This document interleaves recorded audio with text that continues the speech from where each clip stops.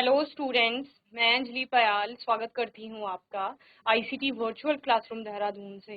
कैसे हैं आप सब लोग? उम्मीद करती हूँ आप सब लोग अच्छे होंगे और अपनी लाइफ में बहुत बेहतर कुछ कर रहे होंगे। आज हम बात कर रहे हैं क्लास 12th की केमिस्ट्री की, और जैसा कि आप लोग जानते हैं फर्स्ट चैप्टर यहाँ पर चल रहा है सोल्यूशन, और विलियन में हमने सारे टॉपिक कवर कर लिए थे। न्यूमेरिकल हम लास्ट सेशन से देख रहे थे। एक न्यूमेरिकल मैंने आपको होमवर्क में दिया था, उसको आप लोगों ने सॉल्व किया होगा। हम लोग एक बार सॉल्व करके देखते हैं उसको यहाँ पर किस तरह से आपको करना है। चलिए, प्रश्न क्या था? बेंजीन का क्वथनांक 353.23 केल्विन है। 1.80 ग्राम अवाष्पशील विलेय को 90 ग्राम बेंजीन में घोला गया है। विलयन का क्वथनांक आपको दिया गया है कि अब कितना हो गया है। क्वथनांक में आपका क्या हो रहा था? उन्नयन हो रहा था, एलिवेशन इन बॉइलिंग पॉइंट। तो पहले जो विलायक का बेंजीन का क्वथनांक था वो 353.23 था, और अभी बढ़ गया है तो 354 एंड 354.11 या 11 केल्विन हो जाता है। विलेय के मोलर द्रव्यमान की गणना आपको करनी है, जहां पर जो आपका क्वथनांक उन्नयन स्थिरांक है उसका मान आपको यहाँ पर दिया गया है। ठीक है, तो क्या किस प्रकार से आप सॉल्व करेंगे? प्रश्न में आपको क्या क्या दिया गया है, पहले वो चीजें आप लिख लीजिए।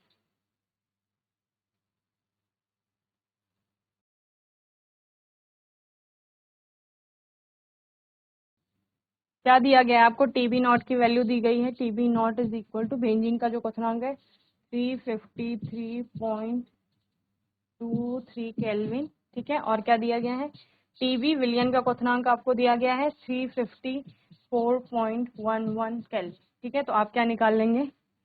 Delta TB is equal to TB minus TB naught is equal to क्या हो जाएगा आपका? 354.11 माइनस 353.23। ओके ना? तो इस तरह से आप लोग करेंगे तो डेल्टा टीबी की वैल्यू निकाल लेंगे, जो कि आपका आ जाएगा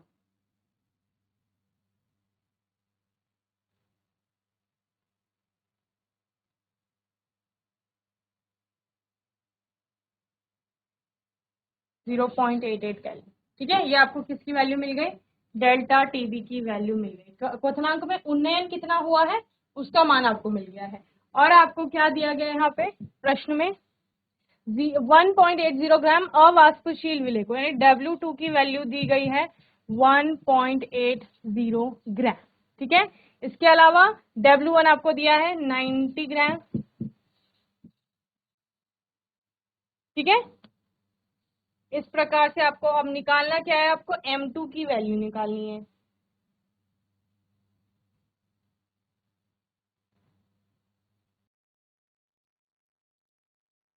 Kb की भी वैल्यू दी गई है आपको 2.53 केल्विन किलोग्राम। ठीक है, ये आपकी Kb की वैल्यू हो गई। अब निकालना क्या है? M2 निकालना है आपको। ठीक है ना? तो फॉर्मूला क्या होता है आपका? M2 is equal to 1000 into Kb into W2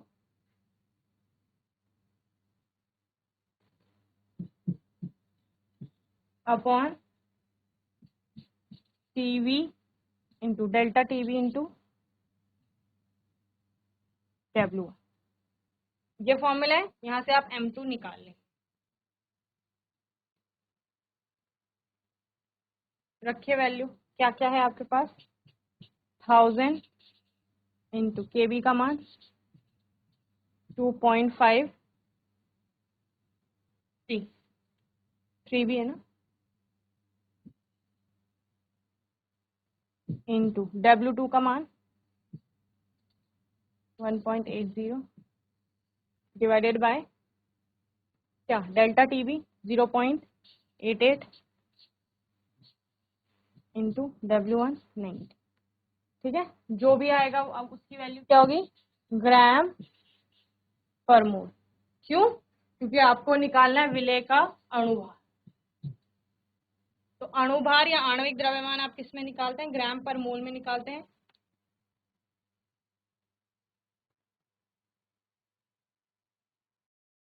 चलिए, एक और न्यूमेरिकल है।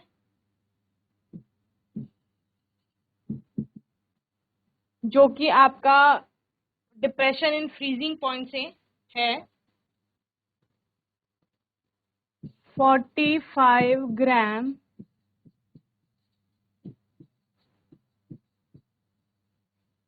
एथिलीन ग्लाइकॉल C2H6O2 को 600 ग्राम जल में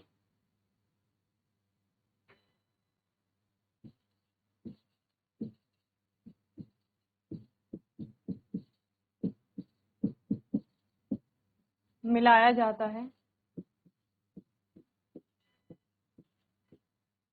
ठीक है, क्या क्या निकालना है आपको? एक तो हिमांक अवनमन निकालना है,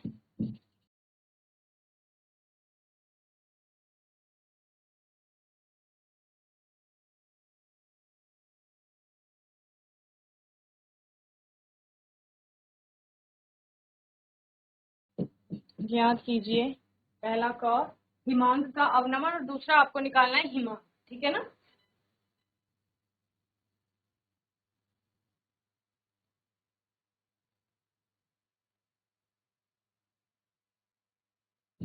किसका हिमांक निकालोगे? विलियन का निकालोगे। ठीक है, ये आपको दो चीजें निकाल।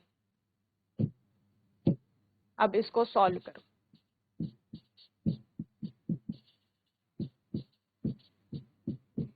पहले प्रश्न में क्या क्या चीजें दी गई हैं वहां से आप क्या क्या चीजें कैलकुलेट कर सकते हैं, और उसके बाद आप क्या निकालोगे? हिमांक का अवनमन निकालोगे, और हिमांक क्या है वो आप ज्ञात करेंगे। ओके, चलिए।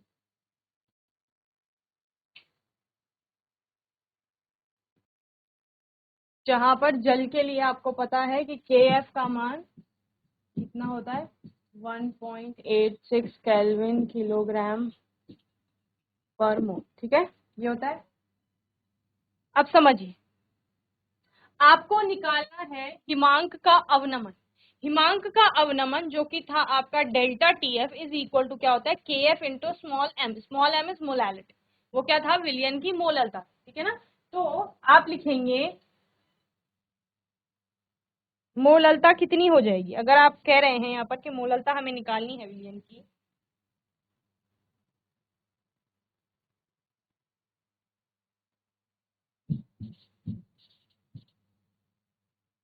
विलियन की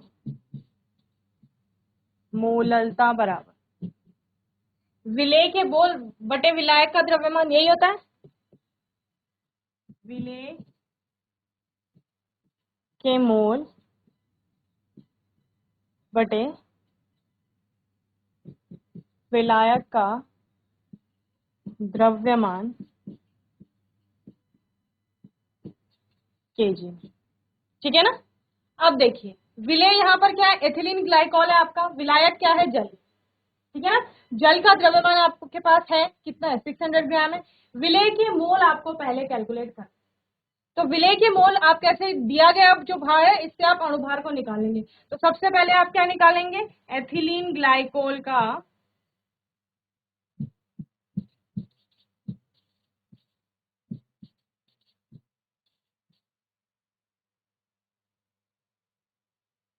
आणविक द्रव्यमान।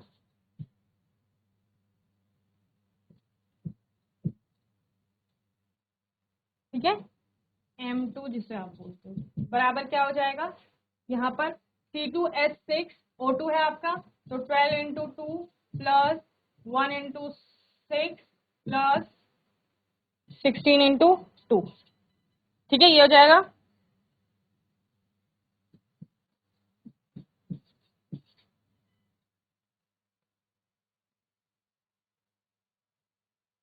$62 ग्राम पर मोल।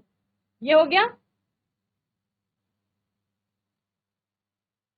ये क्या आ गया? M2 की वैल्यू आ गई आपकी, यानी कि जो एथिलीन ग्लाइकोल का आणविक द्रव्यमान वो ये है आपके पास। अब आपने क्या करना है? एथिलीन ग्लाइकोल का दिया गया भार आपके पास है, तो मोल कितने हो जाएंगे किसके? एथिलीन ग्लाइकोल के मोल बराबर दिया गया भार बटे आणविक द्रव्यमान, ठीक है। और दिया गया भार आपको प्रश्न में ही बताया गया है 45 ग्राम है, सो 45 इज डिवाइडेड बाय 6, निकाल लो कितना आ रहा है। वो इसका क्या हो जाएगा, नंबर ऑफ मोल्स हो जाएंगे, उतने मोल यहाँ पर उपस्थित होंगे 45 ग्राम इथाइलिन ग्लाइकॉल में, ठीक है ना। देन अब आपको क्या करना है यहाँ पर, देखो विलायक का द्रव्यमान,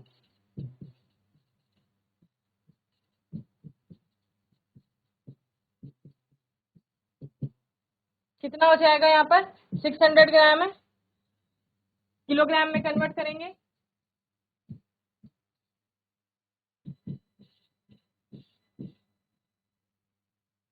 ये हो जाएगा। उसको भी वहां कैलकुलेट करिए जल्दी से। 62 है ये, याद है आपको आणविक द्रव्यमान हमने कितना लिया था 62, 62 कैलकुलेट किया था ना, अभी तो कैलकुलेट किया है, वही लिखे वहां 62 से 45 को डिवाइड कीजिए।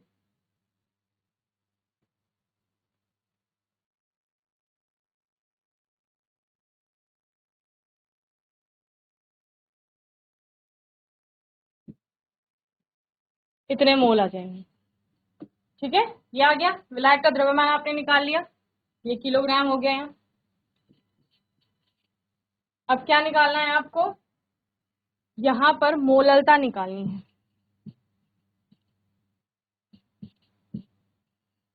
तो मोल को आप डिवाइड कर देंगे किससे, वेट जो द्रव्यमान आया उससे, ये आपकी क्या आएगी मोललता आएगी, किलोग्राम मोल पर किलोग्राम, ठीक है ना। ये मोल हो गया, ये केजी, तो मोल पर केजी में आपका क्या आ जाएगा यहाँ पर,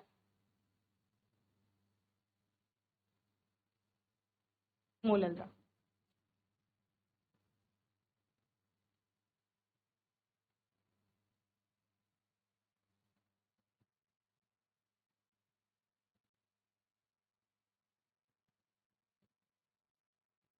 ये हो गया। अब आपको क्या निकालना है, हिमांक में अवनमन को क्या निकालना है हमको,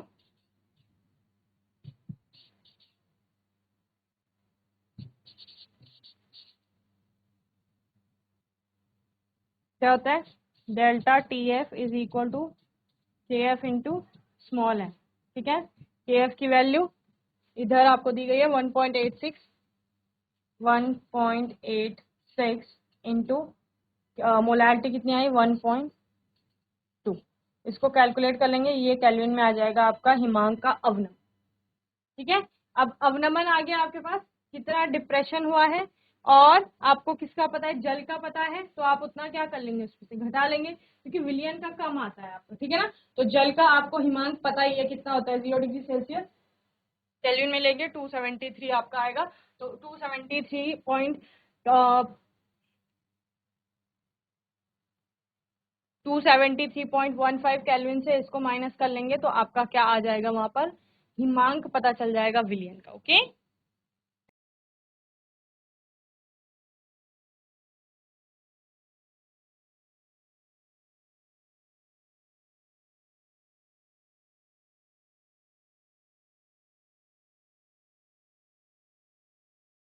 तो ये आपका 2.2 आप इसको ले लेंगे, ठीक है। तो डेल्टा टी एफ की वैल्यू यहाँ कितनी आ गई,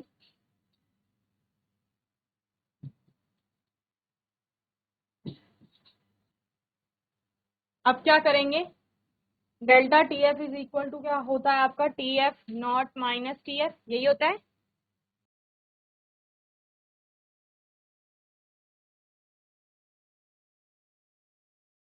क्या कहा मैंने, delta T F is equal to होता है आपका T F not minus T F, जहाँ टी एफ नॉट क्या है आपका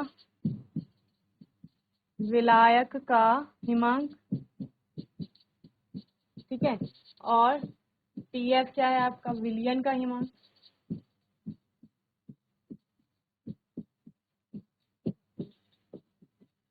तो आपको क्या निकालना है, टी एफ निकालना है, तो T F is equal to क्या हो जाएगा T F not minus delta T F, ठीक है।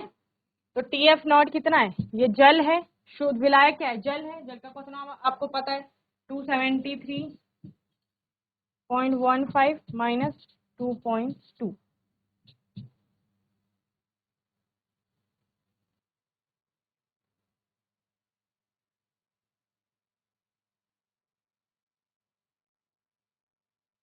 ये आपका क्या आ गया, विलयन का हिमांक।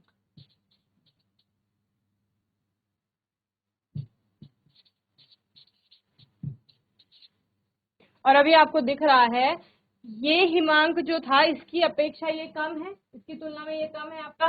तो आप यही तो कह रहे थे, जब किसी शुद्ध विलायक में से आप विलयन बना रहे हैं तो जो शुद्ध विलायक का हिमांक है वो आपका अधिक है विलयन की तुलना में, या विलयन का हिमांक जो है कम है। इसीलिए तो आपने क्या बोला, डिप्रेशन इन फ्रीजिंग पॉइंट, हिमांक में अवनमन हुआ है, हिमांक में आपका क्या हुई है, वहां पर कमी आई है, या हिमांक कम हो गया है विलयन का। ओके, चलिए नोट करिए जल्दी से।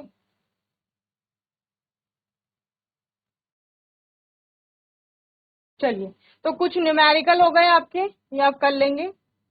अब मुझे बताइए हम लोग चले कहाँ से थे, वाष्प दाब से हम लोग चले थे, ठीक है ना। कहाँ से चले थे बच्चे, वाष्प दाब से। चैप्टर आपका हो गया है, कुछ और न्यूमेरिकल देखेंगे हम इसके, लेकिन आने वाले सेशन में देखेंगे। अभी एक बार क्विकली हम रिवीजन ले लेंगे या रिवाइज कर लेंगे जो हमने अणुसंख्य गुण पढ़े हैं उनके बारे में, ठीक है ना। तो अणुसंख्य गुण क्या है, किसी भी विलयन के वह गुण है जो विलय के कणों की संख्या पर, अणुओं की संख्या पर निर्भर कर रहा था, उसकी प्रकृति पर निर्भरता नहीं है। उसकी प्रकृति क्या है क्या नहीं है उस पर हमें ध्यान नहीं देना है, हमको अणुओं की संख्या से मतलब है, जो वहां पर मोलों की संख्या है उसकी बात हम कर रहे हैं। या फिर आपने क्या बोला कि जो अणुसंख्य गुणधर्म हैं हम उनको अलग अलग तरह से पढ़ेंगे, अलग अलग तरह से यानी 4 प्रकार से पढ़ेंगे। एक आपका होगा कि वाष्प दाब का आपेक्षिक अवनमन, क्वथनांक में उन्नयन, हिमांक में अवनमन और परासरण। हो क्या रहा था, देखो चैप्टर क्या है, विलयन का चैप्टर है। विलयन का मतलब क्या है कि एक तो कोई विलायक था उसमें विलय को मिला दिया गया है, वही विलयन था, जिसको आप होमोजीनस मिक्सचर भी बोल रहे हैं। Through out the sample uniform composition जहां आपको देखने को मिल रहा था। बेसिक सा एग्जाम्पल था, पानी में हमने नमक डाल दी, अच्छे से घोल लिया, वो विलयन बन गया है। अब विलयन बनने के बाद क्या हुआ वो हम देख रहे हैं। जब पानी था तो पानी अकेले था, फ्री था एकदम, कहीं से भी वाष्पीकृत हो रहा है, कहीं से भी बोले तो ऊपर की सरफेस से ही होगा ना। तो ऊपर की सरफेस में सारे जो मॉलिक्यूल थे वो किसके थे, पानी के ही थे, तो वो वाष्पीकृत हो रहे थे। जब ही आपने बोला कि पानी के साथ हमने नमक ऐड कर दी, तो अब क्या हुआ, जो सरफेस है उसमें पानी के साथ साथ नमक के मॉलिक्यूल भी आ गए। तो अब क्या हुआ, अब अणुओं की संख्या कम हो गई, किसके, विलायक के, जो कि वाष्पीकृत हो रहा था। और विलय वो अवाष्पशील ठोस हम ले रहे थे, यानी कि जो वाष्पीकृत हो ही नहीं रहा है, जो नॉन वॉलेटाइल है। अब इससे क्या होगा, पहले वाष्प ज्यादा बन रही थी जब विलायक अकेले थे, पानी अकेले था तो बहुत ज्यादा वाष्पीकृत हो रहा था, उसकी वाष्प दाब अधिक बन रही थी। जब भी उसमें विलय डाल दिया, यानी जब उसका विलयन बना, तो अब उसके वाष्प दाब में कमी आ गई। तो यही क्या हुआ, वाष्प दाब का आपेक्षिक, वाष्प दाब का अवनमन हुआ। फिर हमने उसके सापेक्ष देखा कि कितना वाष्प दाब में कमी आई है, तो उसको हमने आपेक्षिक अवनमन बोला। क्लियर है। अभी जब वाष्प दाब में आपका कमी आई, ठीक है, तो आपने एक लेवल रखा था, क्वथनांक में आपने बोला कि ये सपोज वायुमंडलीय दाब का लेवल, ठीक है, और जो विलायक का वाष्प दाब है वो यहां कहीं, ठीक है। क्वथनांक में क्या कहा जाता है कि इस वाष्प दाब को हमें वायुमंडलीय दाब के बराबर करना है। द्रव के वाष्प दाब, द्रव का वाष्प दाब जब वायुमंडलीय दाब के बराबर हो जाएगा, जिस टेम्परेचर पर होगा उसी को क्वथनांक कहा जाएगा। आपने क्या बोला, ये शुद्ध विलायक का वाष्प दाब है, जब ये विलयन बना तो वाष्प दाब का अवनमन हुआ, उसमें कमी आई, तो वो यहां कहीं होगा और नीचे होगा, ठीक है। अब देखिए यहां पर आपको क्वथनांक तक पहुंचाने में कम टेम्परेचर देना पड़ेगा, इसकी तुलना, समझ रहे हैं, यहां पर आपको ज्यादा टेम्परेचर देना पड़ेगा, ज्यादा टेम्परेचर देना पड़ेगा वायुमंडलीय दाब तक इस विलयन के वाष्प दाब को पहुंचाने के लिए। तो यानी कि क्वथनांक क्या हो गया, बढ़ गया, किसकी तुलना में, इस विलायक की तुलना में। यानी विलायक का जो भी क्वथनांक रहा होगा, जब विलयन बना तो विलयन का क्वथनांक क्या हो गया, बढ़ गया, और बढ़ गया इसीलिए उसको क्या कहा जा रहा है, उन्नयन कहा जा रहा है, एलिवेशन इन बॉइलिंग पॉइंट। क्वथनांक में क्या हो गई वहां पर वृद्धि हो। ठीक है, अभी दूसरा आपने क्या बोला यहाँ पर कि जब भी हमें क्या करना होता है, ये आपकी ठोस प्रावस्था होगी, हिमांक अब हमें फ्रीज करना होता। ठीक है, तो विलायक को हम क्या करेंगे, उसका वाष्प दाब कम करेंगे।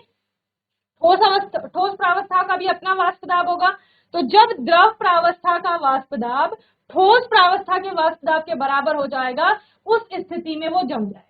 ठीक है ना, यानी हिमांक की बात करें तो वो टेम्परेचर आपका हिमांक होगा। अब वाष्प दाब का लेवल देखिए, यहाँ वाष्प दाब विलयन का कम हो गया था, तो ये ठोस प्रावस्था के वाष्प दाब के नजदीक है। समझिए ये वायुमंडलीय दाब था। ठीक है, ये आपका क्या है, ठोस प्रावस्था का वाष्प दाब।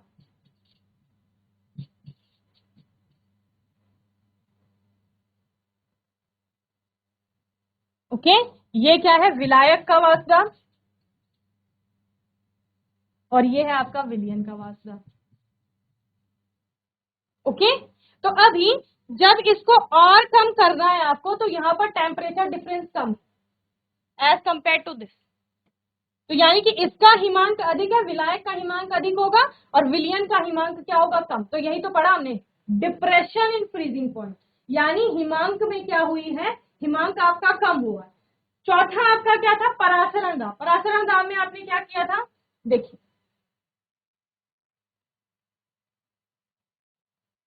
परासरण दाब में इस प्रकार से आपने एक विलायक लिया और एक विलयन लिया, एक कम सांद्र और अधिक सांद्र सांद्रता में अंतर वाले विलयन भी आप ले सकते हैं, लेकिन हम शुद्ध विलायक और विलयन को पहले से लेकर चल रहे हैं, तो हम उन्हीं के साथ परासरण भी देख रहे हैं। तो एक साइड आपका शुद्ध विलायक था, एक साइड आपका विलयन था, दोनों को आपने क्या कर लिया, सेमी परमेएबल मेम्ब्रेन से पृथक कर लिया, यानी अर्धपारगम्य झिल्ली। अर्धपारगम्य झिल्ली कौन सी झिल्ली थी, जो अपने में से विलायक के कणों को गुजरने दे रही, विलेय के कणों को गुजरने नहीं दे। समझ रहे हैं, यानी उससे केवल विलायक के कण ही पार हो, विलेय के कण पार नहीं होंगे, उसको आप सेमी परमिएबल मेम्ब्रेन कह रहे हैं। ओके, वो सेमी परमिएबल मेम्ब्रेन यहाँ पर लगा दी गई है। अब होता क्या है, विलायक जो होता है, क्योंकि इससे सिर्फ विलायक ही पार होगा, विलायक अपनी कम सांद्रता से, यानी कि सांद्रता क्या है, विलेय की मात्रा, पहले पढ़ चुके हैं आप सांद्रता के बारे में, तो कम सांद्रता, यहाँ पर तो विलेय है ही नहीं, तो ये कम सांद्र हो गया, यहाँ पर विलेय है क्योंकि ये विलयन है आपका, तो विलयन में विलेय और विलायक दोनों, तो इसकी सांद्रता अधिक है, तो कम सांद्रता से अधिक सांद्रता की ओर विलायक का क्या होगा, गमन होगा, या फिर विलायक का अपनी अधिक मात्रा से अपनी कम मात्रा की ओर गमन होगा, और किसको पार करते हुए, सेमी परमिएबल मेम्ब्रेन को पार करते हुए, और इसी को क्या कहा जाता है आपका, परासरण, परासरण कहा जाता है। ठीक है, परासरण के विरुद्ध, अब परासरण को हमने रोकना है, पानी कहां से कहां जा रहा है, जल का एग्जाम्पल ले रहे हैं विलायक में, इधर से इधर को जा रहे हैं, हमें इस फ्लो को रोकना है, परासरण को रोकना है, तो हम विलयन की ओर से विपरीत दिशा से हम क्या लगाएंगे, प्रेशर लगाएंगे, दाब लगाएंगे, तो इस परासरण को रोकने के लिए जो दाब लगाया जाएगा उसको क्या कहा जाएगा, आपका परासरण दाब कहा जाएगा, जो कहां से लग रहा है, इस अधिक सांद्र विलयन की ओर से या विलयन की ओर से विलायक की ओर लग रहा है, उसे ही परासरण दाब कहा जाता है। ठीक है ना, तो ये आपने देखा था। फिर आपने क्या बोला कि दाब तो हमने लगा लिया, पहले परासरण हो रहा था, शुद्ध विलायक से विलयन की ओर आपका जल जा रहा था, विलायक बह रहा था, आपने इधर से परासरण दाब लगाया और परासरण दाब लगा करके उस प्रवाह को रोक दिया। ठीक है, इसके बाद उस परासरण दाब से आप अधिक दाब लगाएंगे, अब क्या होगा, इस साइड भी तो विलायक है, यहां आप और दबाव बनाने लग गए, और दबाव बनाने से आपका क्या होगा, जो विलायक है, विलायक है, अब वो यहां से इधर को चलने लगे, यानी कि परासरण के विपरीत विलायक का प्रवाह होगा, परासरण की विपरीत दिशा में आपका विलायक बहने लगता है, और इसको हमने क्या कहा था, क्योंकि रिवर्स चल रहा है ऑस्मोसिस के, तो इसको रिवर्स ऑस्मोसिस हमने कहा, या प्रतिलोम परासरण, इसके लिए हमने एक टर्म यूज की। ठीक है, तो सारी चारों कॉलिगेटिव प्रॉपर्टीज आपको अच्छे से समझ आ गई होगी, इन सभी के हमने न्यूमेरिकल कर लिए हैं एक एक, और जितने भी न्यूमेरिकल आपकी बुक में आप सबकी प्रैक्टिस कर लेंगे। आने वाले सेशन में कुछ और क्वेश्चन आंसर्स के साथ आएंगे चैप्टर के, और फिर ये चैप्टर आपका समाप्त हो जाएगा, फिर हम नेक्स्ट चैप्टर का स्टार्ट करेंगे। बाकी आपका कोई डाउट होगा, क्वेश्चन होगा, तो आने वाले सेशन में आप लोग पूछ लेंगे, और तब तक के लिए ICT वर्चुअल क्लासरूम से जुड़ने के लिए धन्यवाद।